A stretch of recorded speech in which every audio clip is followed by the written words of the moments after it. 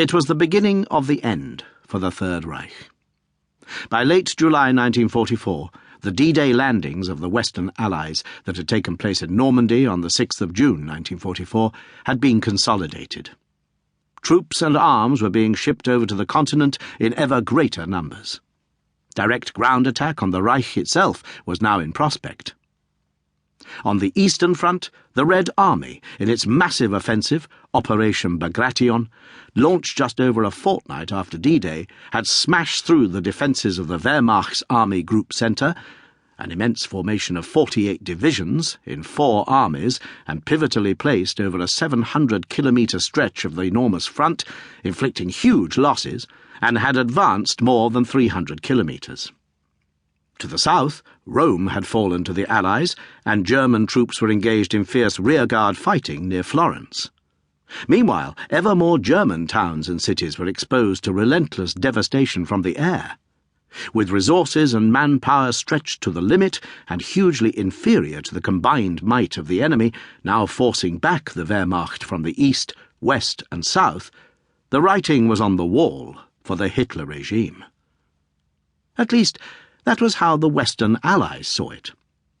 They were confident that the war would be over by Christmas.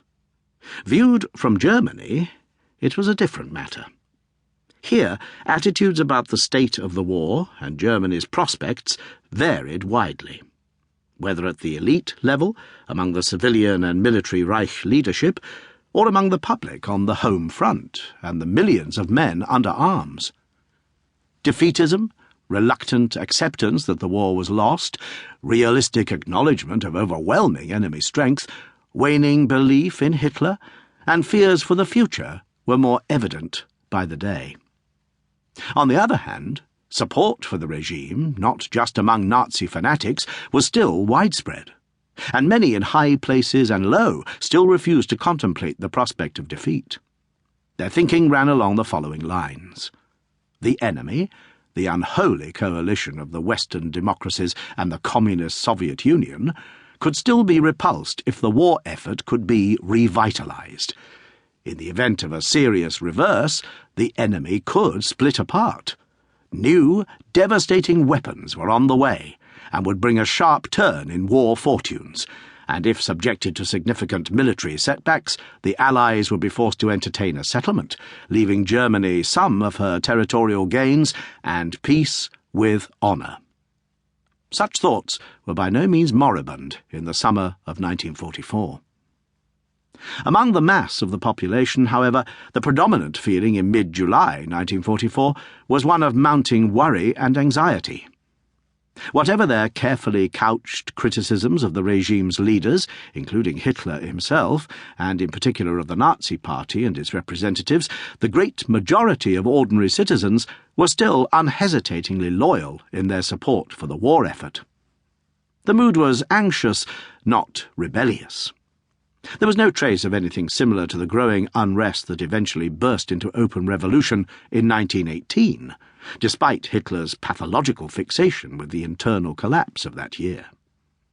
There were contingency plans to cope with the possibility of an uprising by foreign workers, numbering by this time, together with prisoners of war, more than 7 million. But there was no serious expectation of revolution by the German population.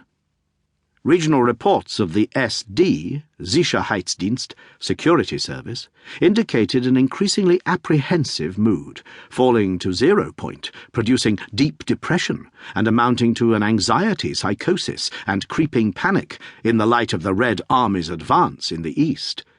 There was intense worry about the likely fate of East Prussia. People feared that once on German soil, the Russians would never be forced out. Women, in particular, were profoundly apprehensive. The Eastern Front will probably soon collapse, ran one reported comment. If the Bolsheviks get in, we might as well all hang ourselves with our children. The Führer should make peace with England and America. The war can no longer be won. It was not an isolated sentiment. Though overshadowed by events in the East, attitudes towards the Western Front were also gloomy, with widespread acknowledgement of the enemy's overwhelming superiority in men and resources. There were still hopes of the promised miracle weapons, though earlier exaggerated expectations